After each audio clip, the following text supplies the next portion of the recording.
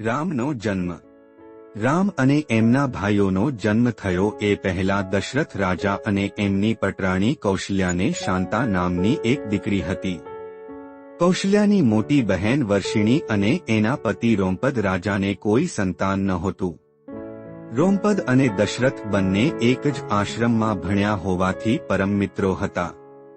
એક વખત વર્ષિણી અયોધ્યામાં હતી ત્યારે એણે દશરથ સાથે મજાકમાં જ એક સંતાનની માંગણી કરી. દશરથ રાજાએ એને વચન આપ્યું કે તે એમની પુત્રી શાંતા દત્તક આપશે. રઘુકુળની વચન પાલનની પરંપરા મુજબ દશરથ રાજાએ અંગદેશના રાજા અને એમના મિત્ર રોમપદ રાજાને પુત્રી શાંતા દત્તક આપી. સમય વીતતા શાંતા એક સ્વરૂપવાન સ્ત્રી બની ગઈ. એક દિવસ એ રોમપદ રાજા સાથે વાતચીત કરી રહી હતી ત્યારે એક બ્રાહ્મણ ત્યાં આવ્યો. એણે વર્ષા ઋતુ દરમિયાન ખેતી માટે રોમપદ રાજા પાસે મદદ માંગી. રોમપદ પોતાની પુત્રી શાંતા સાથે વાતચીતમાં વ્યસ્ત હતા એટલે એમણે બ્રાહ્મણની અવગણના કરી. આથી બ્રાહ્મણ એમનું રાજ્ય છોડી જતો રહ્યો. પોતાના આ બ્રાહ્મણ ભક્તનું આવું અપમાન થયેલું જોઈને મેઘરાજ ઇન્દ્ર ઘણા ગુસ્સે થઈ ગયા. એમણે રોમપદને સજા કરવાનું નક્કી કર્યું એટલે વર્ષા ઋતુમાં અંગદેશમાં વરસાદ ન પડ્યો. આ શ્રાપમાંથી મુક્ત થવા રોમપદે ઋષ્યશૃંગ ઋષિને વરસાદ માટે યજ્ઞ કરવા બોલાવ્યા. આ યજ્ઞ સફળ થતા દશરથ અને રોમપદે શાંતાના લગ્ન ઋષ્યશૃંગ સાથે કરાવ્યા. હજી સુધી દશરથને કોઈ વારસદાર ન હોવાથી એમણે ઋષ્યશૃંગને એમના માટે પણ યજ્ઞ કરવા બોલાવ્યા. આ યજ્ઞ બાદ અગ્નિદેવે દશરથ રાજાને એમની રાણીઓ માટે પ્રસાદ આપ્યો જે ખાવાથી રામ અને એમના ભાઈઓના જન્મ થયા. રામ વિષ્ણુના અવતાર ગણાય છે. ભરત અને શત્રુઘ્ન એમના સુદર્શન ચક્ર અને શંખ ગણાય છે. લક્ષ્મણ શેષનાગનો અવતાર ગણાય છે. શેષનાગ એ વૈકુંઠમાં વિષ્ણુની બેઠક છે. લક્ષ્મણ રામના નાના ભાઈ હોવાથી એમને હંમેશા રામના હુકમોનું પાલન કરવું પડતું. આથી એમને મોટા ભાઈ તરીકે જન્મ લેવો હતો. એમની આ ઈચ્છા પૂરી થઈ જ્યારે એમણે શ્રીકૃષ્ણના મોટા ભાઈ બલરામ તરીકે જન્મ લીધો. કૃષ્ણ વિષ્ણુના અવતાર ગણાય છે અને બલરામ શેષનાગના અવતાર ગણાય છે. રામ નામનો અર્થ. રઘુકુળના કુળગુરુ મહર્ષિ વશિષ્ઠે દશરથ રાજાના જ્યેષ્ઠ પુત્રનું નામ રામ પાડ્યું. એમણે સમજાવ્યું કે રામ નામ બે બીજ અક્ષરનું બને છે, અગ્નિ બીજ રા અને અમૃત બીજ મ. અગ્નિ બીજ આત્મા, મન અને શરીરને ઉદ્દીપ્ત કરે છે. અમૃત બીજ શરીરમાં પ્રાણ શક્તિ ચેતનવંત કરે છે. રામાયણનું ગાયત્રી મંત્ર સાથેનું મહત્વ. ગાયત્રી મંત્રમાં 24 અક્ષરો છે. વાલ્મીકી રામાયણમાં 24,000 શ્લોક છે. રામાયણના પ્રત્યેક 1,000 શ્લોકના પ્રથમ અક્ષરને લઈ સાથે ગોઠવવાથી ગાયત્રી મંત્ર બને છે. ગાયત્રી મંત્રનો સૌપ્રથમ ઉલ્લેખ ઋગ્વેદમાં થયો હતો છતાં રામાયણ સાથેનું એનું આવું ચમત્કારી મહત્વ છે. હનુમાનજી રચિત રામાયણ. લંકાના યુદ્ધ બાદ હનુમાનજી હિમાલય ગયા.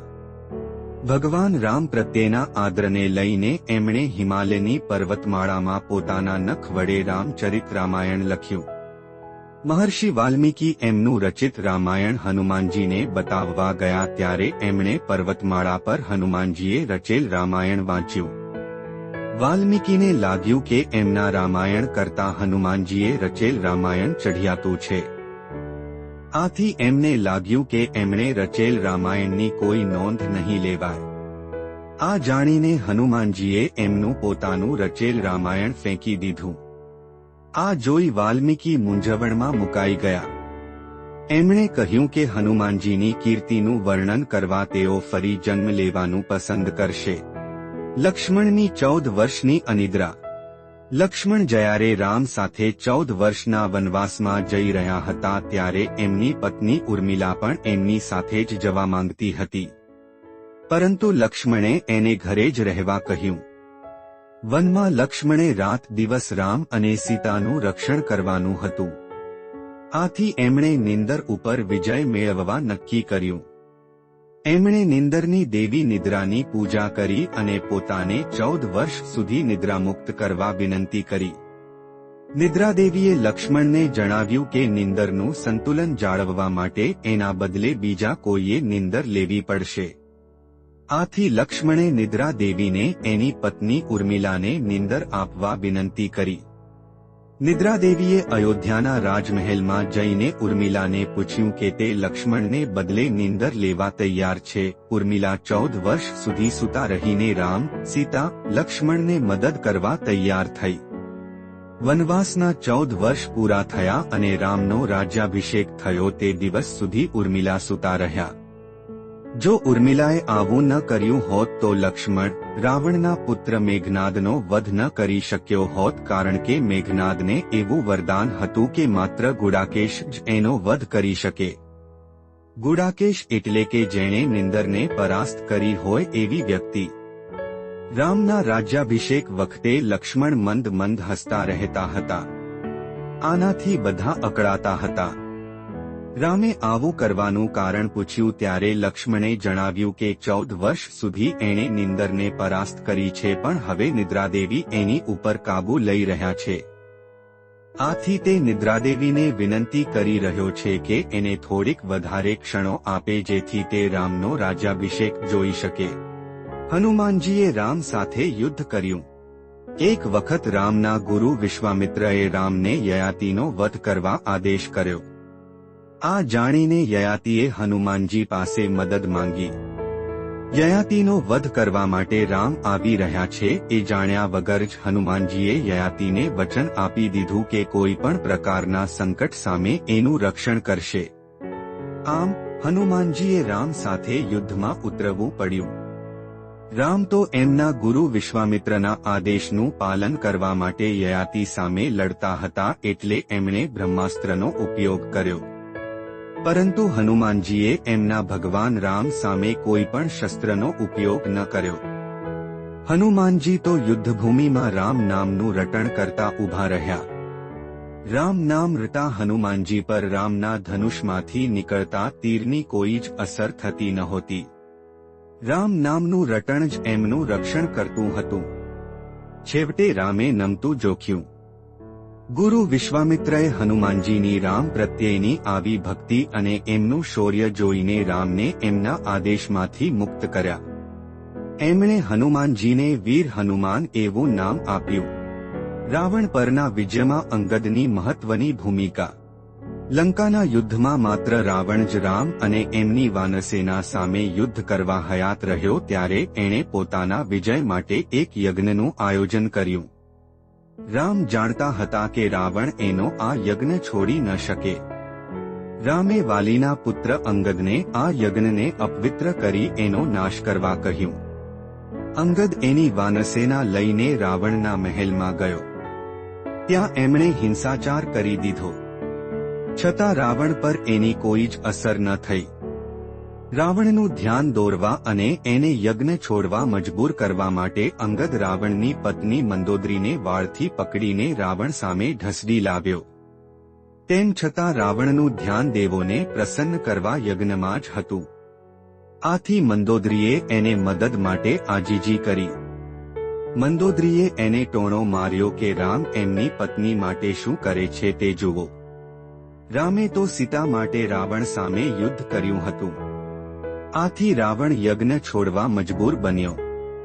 આમ એનો યજ્ઞ પૂરો ન થયો અને યજ્ઞ કરી રામને હરાવવાની એની ઈચ્છા ન ફળી. લક્ષ્મણનો દેહાંત.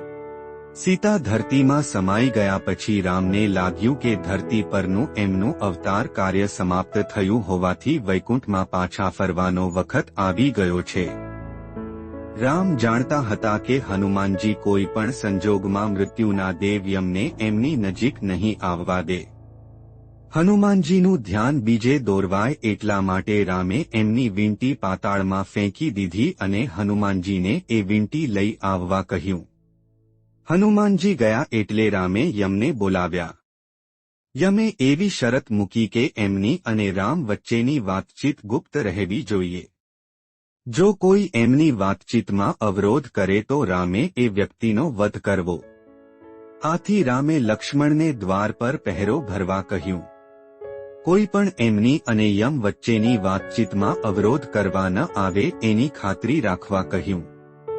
દરમિયાનમાં દુર્વાસા ઋષિ રામને મળવા આવ્યા. લક્ષ્મણે એમને મળવા ન દીધા. એમણે ચેતવણી આપી કે જો રામને મળવા નહીં દે તો એ અયોધ્યાને શ્રાપ આપી દેશે. દુર્વાસાના ક્રોધથી તો સૌ ડરે. આથી આ પરિસ્થિતિમાં લક્ષ્મણને લાગ્યું કે રામ સાથે જઈને આ વાત કરવી જોઈએ. આમ લક્ષ્મણે રામ અને યમની વાતચીતમાં અવરોધ કર્યો. રઘુકુળની તો એવી પરંપરા છે કે પ્રાણના ભોગે પણ વચન પાલન કરવું જ. રામે યમને એવું વચન આપ્યું હતું કે એમના વચ્ચેની વાતચીતમાં કોઈ અવરોધ કરશે તો એનો વધ કરશે. આથી રામે આપેલા વચનનો અમલ કરવા લક્ષ્મણે જાતે જ સરયુ નદીમાં જઈને પ્રાણ ત્યાગ કર્યો. રામ પહેલા લક્ષ્મણનો દેહાંત થાય એ જરૂરી હતું કારણ કે લક્ષ્મણ શેષનાગના અવતાર ગણાય છે. આથી એમણે વિષ્ણુની સેવા કરવા વિષ્ણુના અવતાર રામ કરતા પહેલા વૈકુંઠમાં પહોંચવું પડે. રામનો દેહાંત. લક્ષ્મણના દેહાંત બાદ વૈકુંઠ પાછા જવા માટે રામનો સમય થઈ ગયો હતો. રામ જાણતા હતા કે હનુમાનજી કોઈ પણ સંજોગમાં મૃત્યુના દેવ યમને એમની નજીક નહીં આવવા દે. હનુમાનજીનું ધ્યાન બીજે દોરવાય એટલા માટે રામે એમની વીંટી પાતાળમાં ફેંકી દીધી અને હનુમાનજીને એ વીંટી લઈ આવવા કહ્યું. હનુમાનજીએ નાગલોકમાં પહોંચીને નાગરાજાને રામની વીંટી વિશે પૂછ્યું. નાગરાજાએ રામની વીંટીઓ રાખેલી એક તિજોરી બતાવી. રામની આટલી બધી વીંટીઓ જોઈને હનુમાનજી તો ડઘાઈ જ ગયા. નાગરાજાએ હનુમાનજીને કહ્યું કે કાળચક્રમાં જ્યારે પણ ભગવાન વિષ્ણુના અવતાર રામનું અવતાર કાર્ય પૂરું થાય અને એમના દેહાંતનો સમય આવે ત્યારે તેઓ એમની વીંટી આવી રીતે પાતાળમાં નાખે છે, જેથી રામના પરમ ભક્ત હનુમાનનું ધ્યાન બીજે દોરવાઈ જાય. આથી હનુમાનજી સમજી ગયા કે રામે વૈકુંઠ પાછા જવા માટે પોતાની સાથે આવી યુક્તિ કરી છે.